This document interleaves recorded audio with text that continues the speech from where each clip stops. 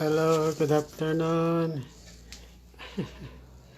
Lawrence Santana po. Hindi po sana ako mag-vlog dahil malapit na yung ulan, malalakas yung kulog. Baka marinig dito. Pero ganun pa man, sandali lamang po to kasi napanood ko po yung ambush interview kay Executive Secretary Bersamin.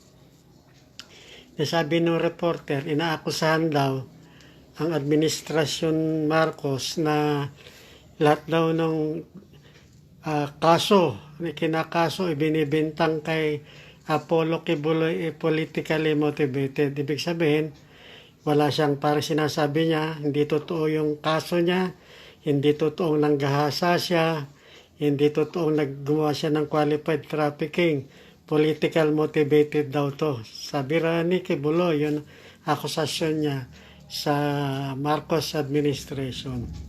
Pero ako naman po, siyempre ako bilang ordinaryong tao na nagpapahayag na usaping panlipunan. Ako po bilang ordinaryong tao, karapatan ko po magbigay ng opinyon, obserbasyon, pananaw, komento, at solusyon sa mga problema ng ating lipunan. Tulad po ngayon, dahil po sa narinig kong ambush interview na sabi, tinatanong si Executive Secretary Bersamin, politically motivated daw. Yun ang bintang ni Kibuloy at ng kanyang grupo. Ngayon, balikan po natin yung issue na yan. Mr. Kibuloy, makinig ka sa kayong mga tagasunod mong panatikong mangmang at stupido. Mr. Kibuloy, noon bang hinuhubaran mo si alias Amanda? Unti-unti mong tinatanggal yung butones ng kanyang damit. At nung siya'y ihiga mo sa kama at unti-unti mo siyang pinagsamantalahan at kinuha mo ang kanyang pagkabirhen na labag sa kanyang kalooban at wala siyang nagawa. At ikaw ay nagtagumpay na pitasin ang kanyang pagkabirhen. At enjoy na enjoy ka. Sarap na sarap ka habang ginagawa mo kay alias Amanda na iraos ang iyong pagnanasa. Politically motivated ba yon yung ginawa mo? Nung kasalukuyan ka nagpapasarap sa ibabaw ni alias Amanda, iniisip mo ba ang politika? Di ba ang laman lang ng utak mo nun ay makaraos ka? Mapagtagumpayan mo ang pagkabirhen ni alias Amanda. Ang laman ba ng utak mo nun, politika? Ang laman ba ng utak mo nun yung kaso mo sa Amerika na pwede kang extradite? Ang laman ba ng utak mo nun ang magiging sitwasyon mo sa panahon ng gobyerno ni Bongbong Marcos? Politically motivated ba yan?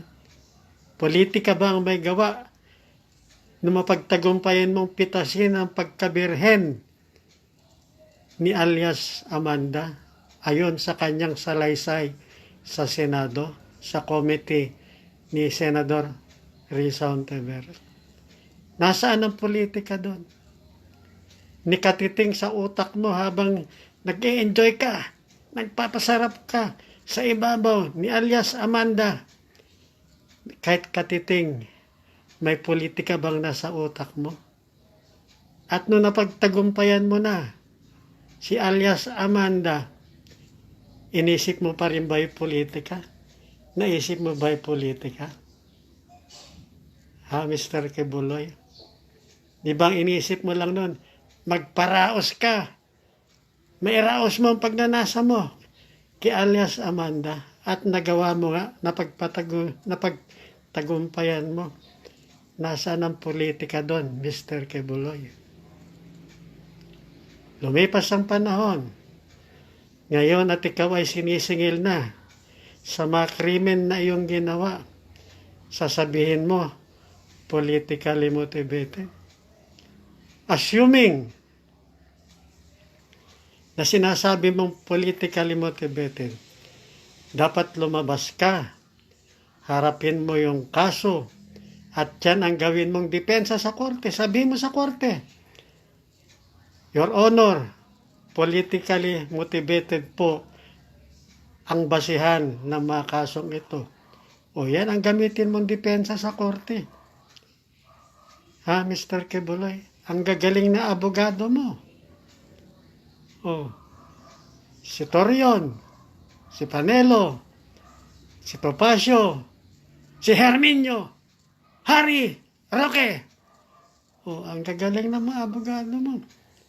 Sabihin mo sa kanila na ang depensa natin ay politically motivated. Yun ang depensa nyo sa korte. Oh.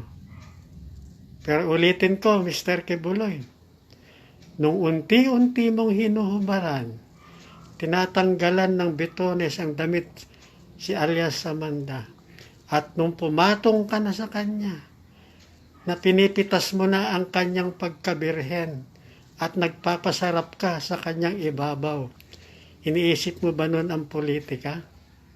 Di ba iniisip mo lang ay yung pagnanasa mo, kalibugan mo, na mairaos mo sa ibabaw ni alias Amanda?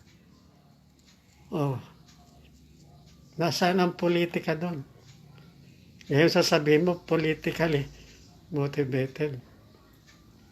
Yang naniniwala lang naman sa iyo, yung mga mangmang at estupidong panatiko mong tagasunod. Oh, yun lamang po. Yung issue lang po na politically motivated. Yung lang po ang gusto kong bigyan ng komento at obserbasyon. Ulitin ko, Mr. Quebuloy. Nung unti-unti mong hinuhubaran si alias Amanda, tinatanggalan ng bitones at iyong hiniga, at napagtagumpayan mong pitasin ang kanyang pagkabirhen, iniisip mo ba ang politika nun? Iniisip mo ba yung kaso mo sa Amerika nun na i-extradite ka ng FBI? Iniisip mo ba yung panahon na darating na si Bongbong Marcos ang magiging presidente? Iniisip mo ba yan, Mr. Quebuloy? Dapat lang, kung inosente ka, anak ka ng Diyos, sumuko ka na, harapin mo yung kaso mo, at sabihan mo lahat na abogado mo, nang gamitin yung depensa ay politically motivated. O, yun na. Binibigyan na kita ng idea, Mr. Quebuloy. Yun ang gamitin mo depensa. Hindi yung ngak-ngak kayo ng ngak-ngak yung mga vlogger mo, political motivated. Nasaan ang politika? Paano naging politika motivated yan? Ulitin ko, nung ginagahasa mo si alias Amanda, nasa utak mo ba ang politika nun? Nung nag-enjoy na sarap ka sa ibabaw ni alias Amanda? Oh. O, lamang po, ito, real talk po to. Hindi po kailangan ito ng censorship dahil katotohanan po itong binabanggit ko. Opinion po ito, pero facts, makatotohanan. Oh. Okay, yun lamang po. Lawrence Santa Ana po. Yan po ang pansamantalang issue natin. Isyong panlipunan. Wag lagi tayong nililinlang ni Quebuloy at ng kanyang mga bayaran na mga aso na tahol. Kaya nagbibigay din po ako ng opinion na mas malapit sa katotohanan. Ulitin ka, Mr. Quebuloy. Sumuko ka na, inosente ka ba, harapin mo yung kaso mo. Ang gamitin mong depensa, yung kinakalat yung kasinungalingan na panliling lang na politically motivated, yung mga kaso mo. Yun lamang po. Good afternoon po, malakas yung kulog sa labas, baka naririnig ninyo. Malapit ting hapon po dito, umuulan, muna kukulog. Wala namang kidlat, kulog lang. Pero alam nyo po, sa aming mga senior citizen, lalo na sa baryo, pag umuulan po, masaya ang mga senior citizen. Kasi masarap matulog pag umuulan sa baryo. Yun na lamang po ang kaligayahan ng mga senior citizen. Pagsapit ng hapon, pumapatak ang ulan, masaya kami. Kasi nararamdaman namin ang parang pagbabalik bata na nung kami mga bata naliligo sa ulan. Okay po, good afternoon po, good afternoon, Lawrence Santana po. Ito ang maigsing isyong panlipunan po natin. Thank you, thank you.